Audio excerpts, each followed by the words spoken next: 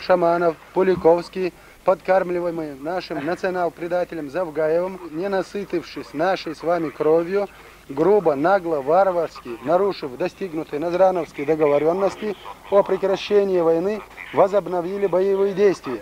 По их вине гибнут дети, женщины и старики, и не высыхают слезы ваших матерей. Наши действия направлены не против вас, а против вышеназванных палачей и убийц. Мы призываем вас не покидать места ваших дислокаций, не открывать огонь, прекратить движение на бронетехнике и в пешем порядке, установить связь с ближайшими нашими командирами по любым вопросам.